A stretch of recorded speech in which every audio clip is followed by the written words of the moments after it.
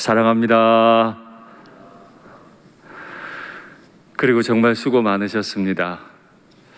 지금 너무 추운 겨울밤인데 2020년을 굳이 비유하자면 이 추운 겨울밤에 비유할 수 있을 것 같습니다.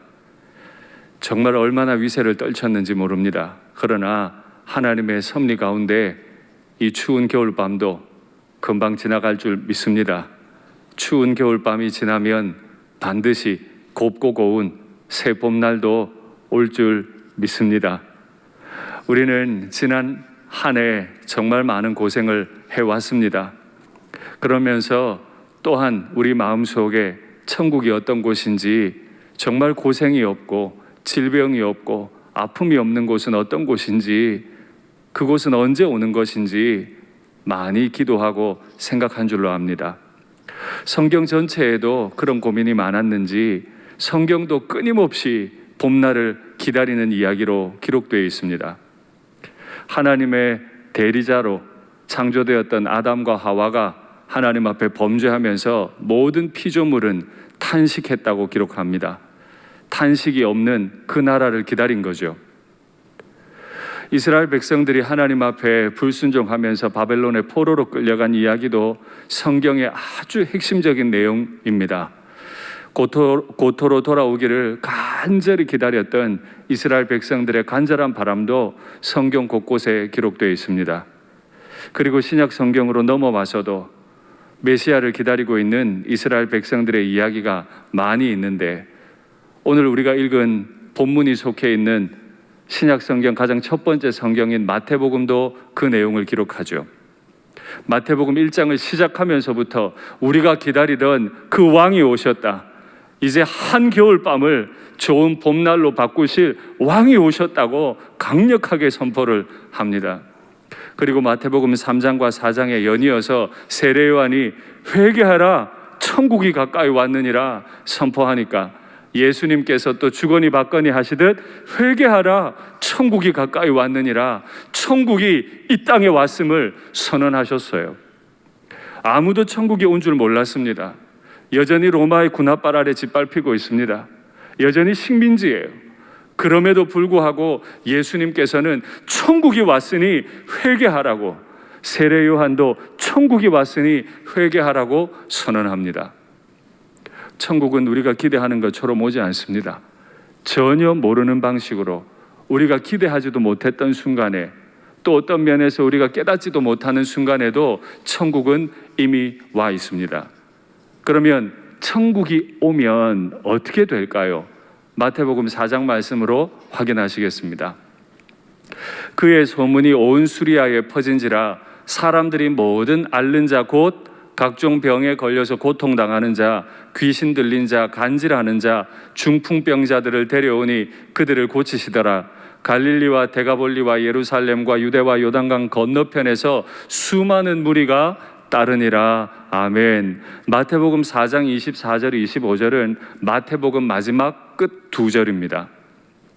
마지막 끝 두 절이 기록하는 내용은 천국이 오니까 간질병 환자, 귀신 들린 사람, 수많은 병이 들어서 공동체에서 생활할 수 없었던, 버려졌던 사람, 사람의 축에 들지도 못했던 사람, 그들도 천국에 접근해 올 수 있게 됐습니다.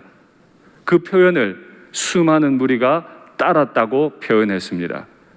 왕이신 예수님, 이 땅에 천국을 선사하실 그 예수님께로 그 수에 칠 가치도 없었던 사람이 다가오게 된 거죠.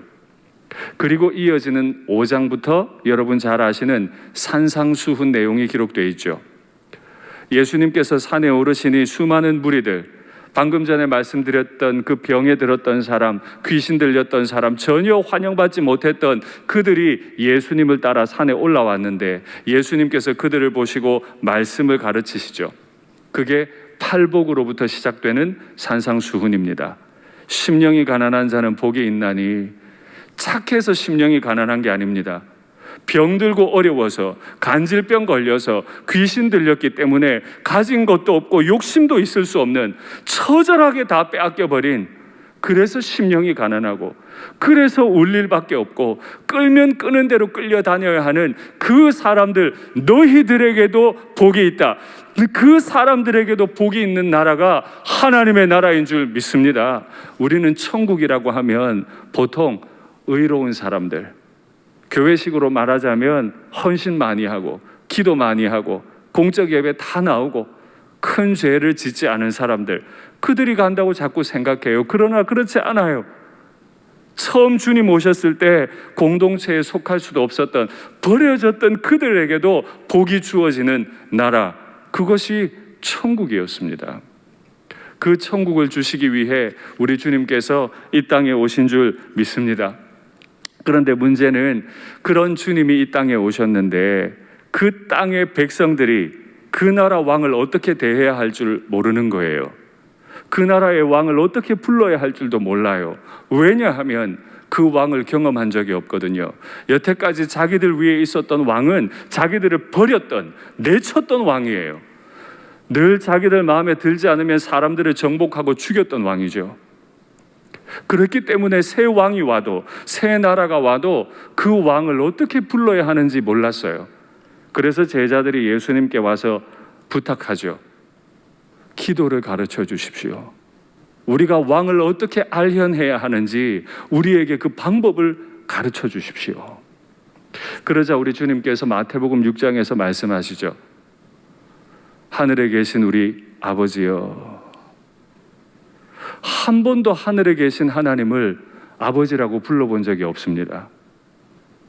내가 무엇을 잘못했는지 몰라도, 내 조상이 무엇을 잘못했는지 몰라도 나를 귀신 들리게 하신 하나님, 나를 간질병에 던져두신 하나님, 각종 병에 들게 해서 날 저주하신 하나님은 생각했어도 하늘에 계신 그 지극히 높으신 분을 아버지라고 부른다고요. 뿐만 아니라 나의 아버지가 아니라 우리 아버지, 하나님과 1:1 관계뿐만 아니라 공동체가 맺어져서 우리 아버지, 가족이 생긴 거예요. 여태 가족이 없었는데, 여태 홀로였는데 주님 앞에 가까이 왔다는 이유만으로 그에게 가족이 생겼습니다. 그래서 예수님께서는 너희는 너희 왕을 꼭 이렇게 불러, 아버지. 너만의 아버지가 아니고 우리 모두의 아버지다. 우리 아버지. 그곳이 천국인 줄 믿습니다. 의로운 몇몇 사람의 나라가 아니에요. 천국은 아무 소망이 없는 그들에게도 소망 주신 하나님의 나라인 줄 믿습니다. 그 다음 두 번째 기도의 제목이 바로 오늘 본문이죠. 6장 10절을 확인하시겠습니다. 오라, 당신의 그 나라가 이루어지라, 당신의 그 뜻이. 헬라어 성경은 간청하는 청유형으로 되어 있지 않습니다. 명령형으로 되어 있습니다. 감히 그 버려진 무지렁이들이 하늘의 하나님을 향해 그분을 부르는데 명령을 해요. 오라, 이루어지라. 이래 본 적이 있습니까? 그래 본 적이 없어요. 그런데 예수님 앞에 가면 하늘을 향해서 명령을 해요. 이것이 하나님께서 우리에게 주신 천국인 줄 믿습니다. 오라, 당신의 나라가 이루어지라, 당신의 뜻이. 천국은 어영부영 지내다 보면 아이고 뭐 때 되면 오겠지, 언젠가 오겠지, 내가 죽으면 오겠지. 그게 천국이 아닙니다. 지금 이 순간 그 무지렁이들조차도 오라, 이루어지라 하고 매 순간 명령해야 할, 매 순간 요청해야 할, 매 순간 지금 내 자리에 있어야 할 그 나라인 줄 믿습니다. 자꾸 천국에 대해서 우리가 죽어서 주님 품에 안기는 그 천국만 생각하지 마십시오. 그 천국 주실 주님이 이 땅에서도 가장 좋은 것으로 우리를 인도해 주시지 않겠습니까?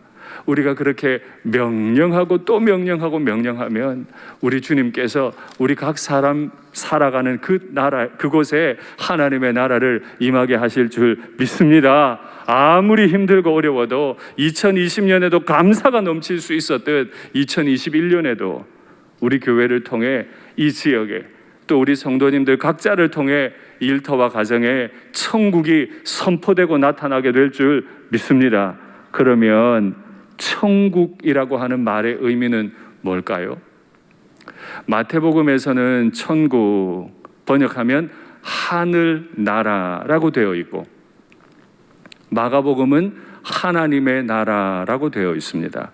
유대인들은 하나님이라고 하는 이름을 부르기가 어려웠기 때문에 유대인들을 향해 기록되었던 마태복음은 하나님의 나라라고 표현하지 않습니다. 하늘나라라고 합니다. 그걸 한자 문화권인 우리나라에서는 천국으로 번역했는데 2021년 우리 주제 표가 천국이죠. 그 천국의 뜻이 무엇인지 한자를 파자해 보았습니다. 한번 확인하시죠.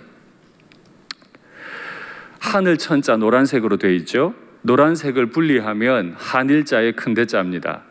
나라 국자는 큰 입구자가 있고 작은 입구자가 있잖아요. 먼저 나오는 게 작은 입구자입니다. 그리고 작은 입구자 아래에 한일자가 있죠. 그리고 큰 입구자 안에 창과자가 들어 있습니다. 저게 창과자죠. 그리고 큰 테두리가 입구자입니다. 저게 원래 한자의 의미죠. 그러면 오늘 본문에 맞추어서 의미를 한번 설명해 보겠습니다. 우리의 왕은 한 분이십니다. 그 왕은 크신 능력과 사랑으로 함께 하시는 분이십니다. 그게 하늘천의 의미라고 저는 생각하는 거예요. 교회의 왕은 한 분, 이 땅의 왕도 한 분, 천국의 왕도 한 분이신 줄 믿습니다. 그 하나님 앞에서 백성들이 창을 들고 성벽을 쌓아 지키는 게 나라죠. 저게 원래 나라 국자의 의미입니다. 사람들이 자기의 국토를 지키기 위해서 창을 들고 성을 쌓은 게 나라다. 저게 원래 나라 국자의 의미예요. 예, 그렇죠. 그러면 하나님의 나라는 우리 각 사람들이 창 들고 성 쌓고 지키는 곳입니까? 아닙니다. 그래서 세상 나라와 하나님 나라는 다릅니다. 세상 나라는 힘없는 사람들이 왕의 명령을 따라 뛰어나와서 창 들고 뛰어나가 대신 죽어야 됩니다. 세상 나라는 힘없는 사람들이 와서 성벽을 쌓죠. 그러나 하나님의 나라, 천국은 그런 곳이 아닙니다.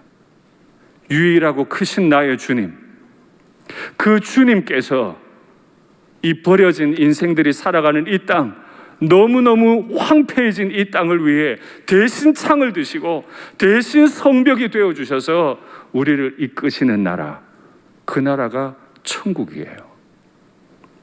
그래서 예수님께서는 이 땅에 오시고 그 무지렁이들부터 불러 모으셨죠. 너희들이 날 위해 수고하는 나라가 아니라 내가 너희를 위해 수고하는 나라다. 그래서 그들을 향해 부르시기를 너희는 세상의 소금이고 빛이라. 한 번도 그들이 그런 존중을 받아본 적이 없습니다. 그 버려진 자들이 무슨 세상의 소금이고 빛이에요. 그런데 하나님은 그들을 향해 너희는 세상의 소금과 빛이야. 너희가 내 가족이 될 거다. 그리고 나는 너희를 위해 대신 싸워 너희를 지켜주겠다. 어제 큐티 말씀이죠. 미가서 7장 말씀 한번 확인하시죠. 나의 대적이여 나로 말미암아 기뻐하지 말지어다. 나는 엎드러질지라도 일어날 것이요 어두운 데 앉을지라도 여호와께서 나의 빛이 될 것이미로다. 내가 누군데요? 내가 여호와께 범죄하였으니 그의 진노를 당하려니와. 내가 여호와께 범죄해서 진노를 당할 사람인데 그런 범죄하고 진노를 당할 사람에게 여호와께서 빛이 되실 수 있습니까? 우리는 자꾸 의로운 자들에게만 하나님이 빛 되시다고 생각하는데 천국은 그렇지 않아요.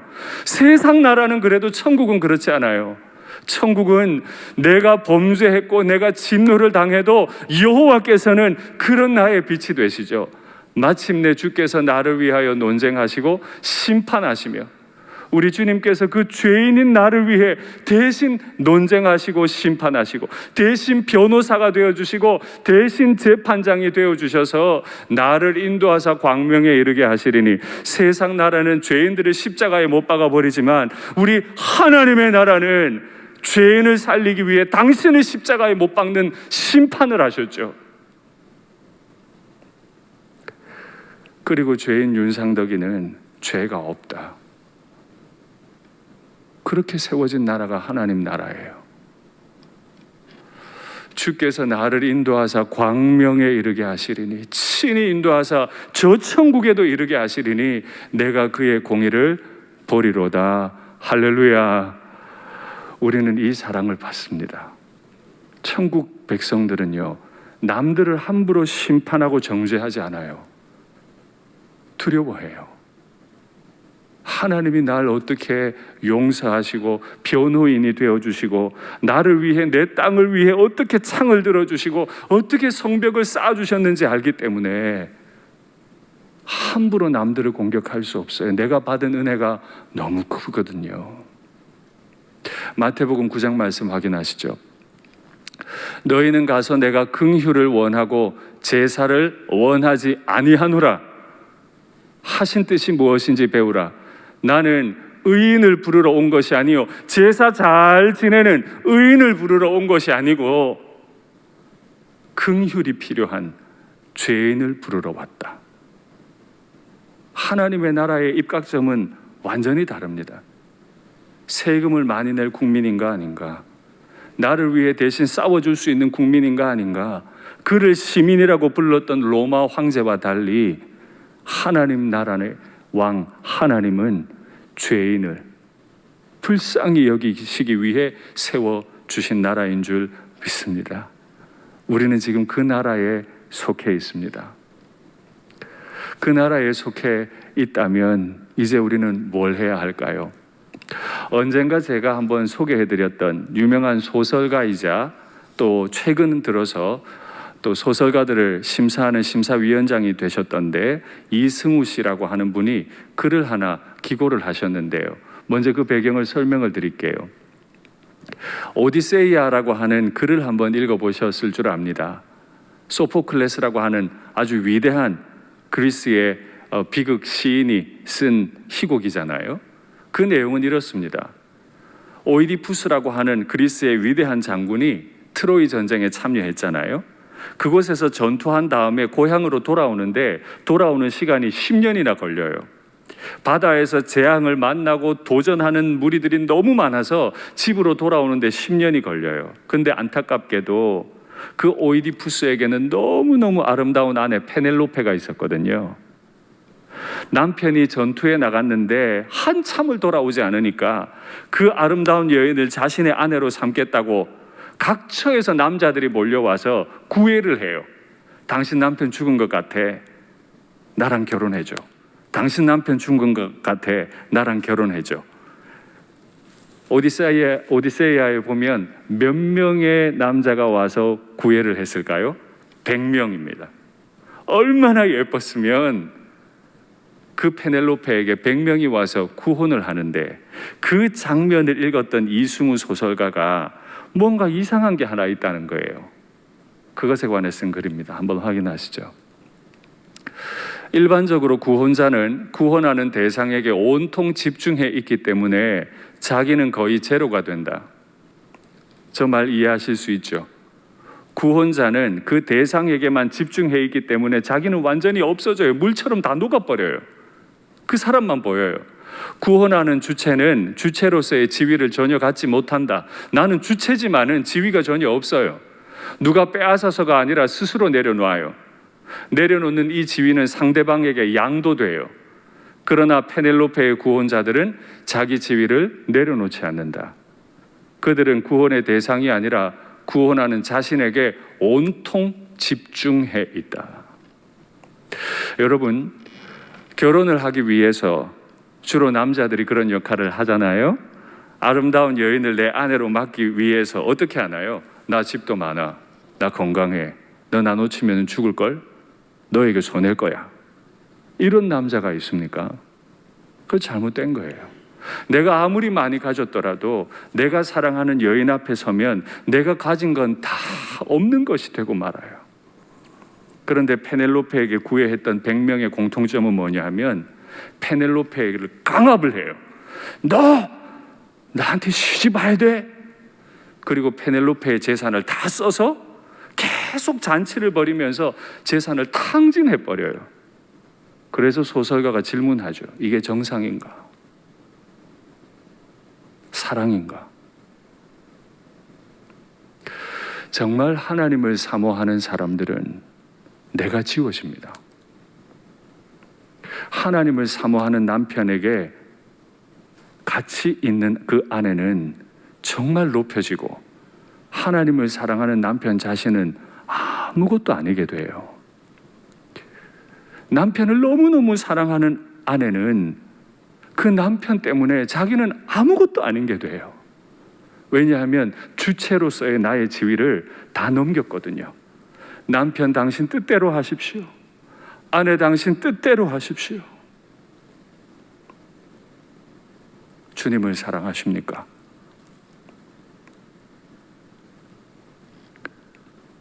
거기에 대한 대답은 아멘으로 하는 게 아니에요. 주체로서의 나의 지위를 나의 주님께 다 내놓고 나라고 하는 존재는 사라짐으로 대답하는 겁니다. 왜냐하면 나를 사랑하셨던 나의 하나님께서